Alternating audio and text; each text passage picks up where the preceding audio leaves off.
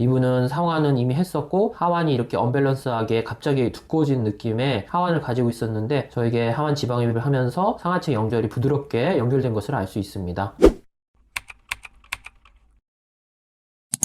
안녕하십니까. G7 클리닉의 조인배 원장입니다. 오늘은 하완 지방흡입에 대해서 한번 설명드려 보도록 하겠습니다. 최근 들어서 하완 지방흡입을 하러 저희 병원에 오시는 분들이 상당히 많아졌습니다. 여러 가지 이유가 있겠지만 크게 세 가지 이유를 설명을 드리면, 첫 번째는 우리나라도 외국처럼 최근 들어 고도비만의 환자들이 매우 많아졌습니다. 그래서 하완까지도, 특히 손목 근처까지도 지방이 되게 많은 분들이 많아진 실정입니다. 그래서 이제 사진에서 보시는 것처럼 이분처럼 특히 손목 위쪽까지도 이렇게 지방이 매우 많아가지고 이제 저에게 상완 전체도 지방 흡입을 하고 하완의 손목 근처까지 이렇게 지방 흡입을 하러 오신 분입니다. 옆모습에서도 보시면은 상완에도 많지만 하완의 중간 부위 그리고 하완의 끝인 손목 바로 위까지도 마치 돌잡이 애기처럼 지방이 이렇게 도톰이 있는 분들이 있습니다. 두 번째 이유는 지방 흡입이 대중화되면서 타 병원에서 상완을 지방 흡입을 많이 뽑고 하완은 제대로 뽑지 않으면서 하완만 비대칭적으로 이렇게 도톰해진 분들이 많아서 저에게 하완 지방흡입을 하러 오시는 분들이 또 많이 있습니다. 이분도 이제 상완은 많이 뺐는데 하완으로 연결되는 팔꿈치부터 하완까지 지방을 빼지 않아서 어느 특정 각도에서 보면은